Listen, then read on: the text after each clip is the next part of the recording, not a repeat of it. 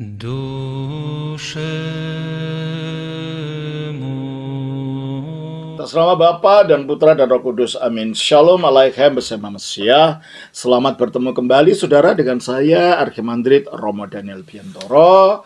Kita akan melanjutkan program kita, yaitu menjawab pertanyaan yang saudara sudah kirim. Sebelum saya jawab, tapi saudara tolong subscribe ya yang belum, dan tolong untuk klik itu like-nya serta klik itu tanda lonceng notifikasi, serta untuk share ini video ini kepada teman-teman saudara. Dan kalau saudara merasa terbeban ingin membantu memperkembangkan pelayanan ini, saudara bisa mengirim persembahan kepada alamat akun bank yang ada di bawah ini. Kalau saudara ingin berkunjung ke tempat parokia atau ke komunitas-komunitas ortodoks yang ada di beberapa tempat, saudara tunggu sampai akhir daripada video ini, nanti daftar ada di sana. Dan kalau ada orang yang memberikan alamat yang lain yang di luar alamat itu, abaikan saja, itu orang lain yang tidak ada hubungannya dengan saya. Jadi hanya mau mencari kesempatan untuk menarik saudara ke pihaknya dia. Terima kasih. Nah, kalau saudara ingin beli buku-buku, tanyakan saja ke Ibu Tutor. Ada banyak buku-buku yang kami terbitkan, yang saya tulis sendiri, atau yang saya terjemahkan. Baik. Kali ini pertanyaan berasal dari saudara Petrus Angga Zebua. Permisi Romo dan para senior, izin bertanya, apa arti Yesus sebagai mempelai pria? Terima kasih. Mempelai pria ini adalah suatu perumpamaan bahwa keselamatan itu artinya menyatu dengan Kristus. Dia yang menjadi sumber keselamatan. Kalau kita menyatu dengan dia, bersekutu dengan dia, sedemikian rupa, seperti bersekutunya seorang pengantin wanita kepada pengantin pria, disitulah akan dia diselamatkan. Maka dikatakan di dalam 1 Korintus 15 ayat 22. Karena sama seperti semua orang mati dalam persekutuan dengan Adam, demikian pula semua orang akan dihidupkan kembali dalam persekutuan dengan Kristus. Dalam persekutuan seperti bersekutunya pengantin laki-laki dengan pengantin perempuan, di situ dia mendapatkan kehidupan. Dan itulah yang dikatakan di dalam 2 Korintus pasal yang ke-11 ayatnya 3 sampai 4. Tetapi aku takut kalau pikiran kamu disesatkan dari kesetiaan kamu yang sejati kepada Kristus. Harus ada kesetiaan kita yang sejati kepada Kristus. Ini bisa diselewengkan oleh bujukan roh-roh jahat, oleh bujukan ajaran-ajaran palsu. Terus, mengapa harus setia? Teruskan. Sama seperti Hawa diperdayakan oleh ular itu dengan kelicikannya.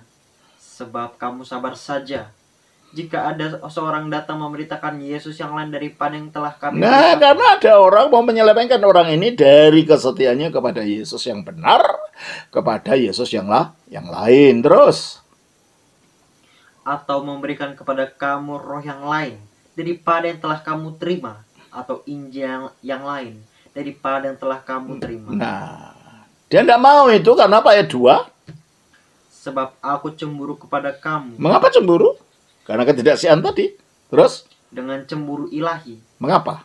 Karena aku telah mempertunangkan kamu kepada satu laki-laki, untuk membawa kamu sebagai perawan suci kepada Kristus. Berarti kalau gitu, gereja itu adalah tunangan Kristus. Dan Kristus itu nanti jadi pengantin laki-laki.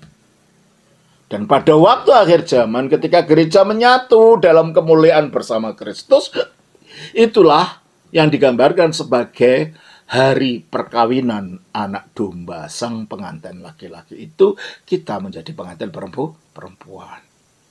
Nah, pengantin perempuan itu sekarang sudah dipersiapkan. Ya, coba kita lihat. Wahyu pasal yang ke-22.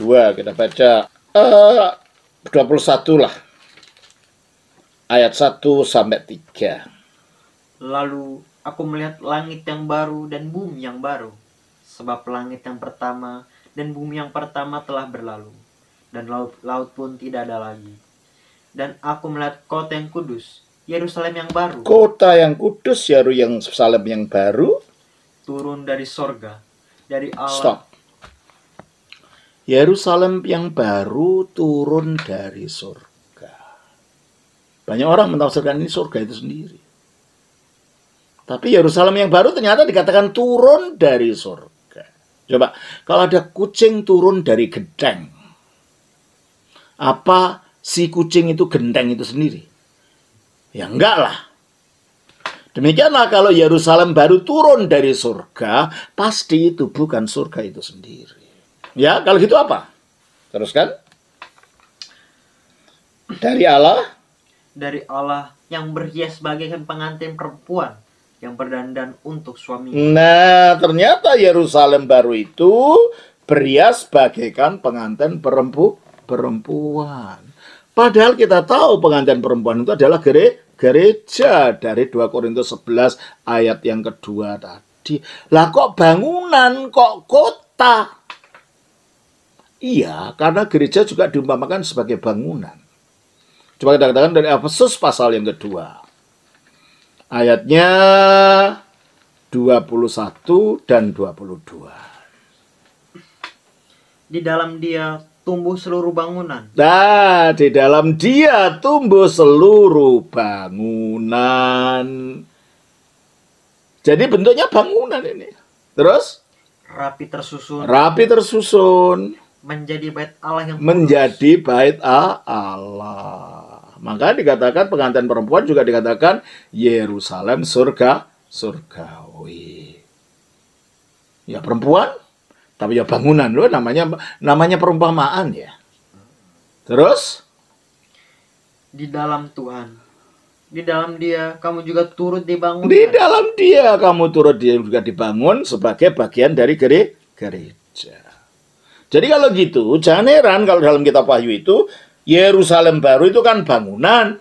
Tapi ternyata itu adalah pengantin perempuan yang adalah gereja. Berarti kalau ini, sedang berbicara tentang gereja. Ya. Gerejanya yang bagaimana? Berhias bagaikan yang perempuan, terus pengantin perempuan yang pasal 21, Wahyu 21 ayat 2. Dan aku melihat kota yang kudus, Yerusalem yang baru, turun dari sorga, dari Allah, yang berhias bagaikan pengantin perempuan yang berdandan untuk suaminya. Yang berhias bagaikan pengantin perempuan yang berdandan untuk suaminya. Suaminya siapa tadi? Kristus. Berdandan dalam apa? Dalam kekudusan, dalam kebenaran, itulah berdandannya. Nah, nanti kalau Kristus datang, antara pengantin perempuan dan pengantin laki-laki itu akan bertemu. Itulah ketika kita manunggal dengan Kristus, menyatu di dalam kemuliaannya. Coba kita baca di dalam Kolose pasal 3 ayat 4. Apabila Kristus yang adalah hidup kita menyatakan diri kelak, kamu pun akan menyatakan diri bersama dengan Dia. Kenapa? Kita akan dibangkitkan dari kematian, diangkat ke dalam kemuliaan, diangkat menyatu dengan Dia, lalu menyatakan diri bersama dengan Dia. Bersama dengan Dia, pada waktu Dia datang kita bangkit, maka kita menyatakan diri bersama Dia, lalu dalam kemuliaan. Menyatu dalam kemuliaan, itulah pengantin itu, menjadi pengantin itu. Maka digambarkan, dikatakan dalam Wahyu pasal yang ke-19. Kita baca ayat 6. Lalu aku mendengar seperti suara himpunan besar orang banyak, seperti desau air bah, dan seperti deru gurun yang hebat, katanya. Haleluya, karena Tuhan Allah kita yang Maha Kuasa telah menjadi Raja. Marilah kita bersukacita dan bersorak-sorai dan memuliakan Dia, karena hari perkawinan anak domba telah tiba. Nah, hari perkawinan anak domba, siapa anak domba itu? Kristus. Yohanes 1 ayat 29. Pada keesokan harinya, Yohanes melihat Yesus datang kepadanya, dan ia berkata, lihatlah anak domba Allah yang menghapus dosa dunia. Kristuslah anak domba. Hari perkawinannya tiba karena Dia sebagai pengantin laki-laki. Baca lagi ayat 7 dari Wahyu 19. Marilah kita bersukacita dan bersorak-sorai dan memuliakan Dia, karena hari perkawinan anak domba telah tiba, dan pengantinnya telah siap sedia. Siapa pengantin ini? Gereja, pengantin perempuan. Terus? Dan kepadanya dikaruniakan supaya memakai kain lenan halus yang berkilau-kilauan dan yang putih bersih. Nah, kepada pengantin perempuan ini, kepada gereja, orang-orang yang menyatu dengan Kristus diberi pakaian lenan halus yang berkilau-kilauan dan yang putih bersih, yaitu, teruskan. Lenan halus itu adalah perbuatan-perbuatan yang benar dari orang-orang Nah, kudus. berarti untuk hidup kudus, untuk menyatu dengan Kristus, kita harus berbuat benar dalam kehidupan ini, dan kita harus mengejar kekudusan. Terus, ayat Lalu, 9. lalu ia berkata kepadaku, tuliskanlah, berbahagialah mereka yang diundang ke perjamuan kawin anak domba. Nah, berbahagialah kalau kita diundang di situ, ingin berarti menyatu menjadi pengantin perempuan manunggal dengan Kristus, menyatu dengan Kristus dalam kemuliaan. Demikianlah Saudara Petrus yang dapat saya jawab, kiranya itu membawa berkat. Tuhan berkati. Shalom atas nama Bapa, Putra, Roh Kudus. Amin.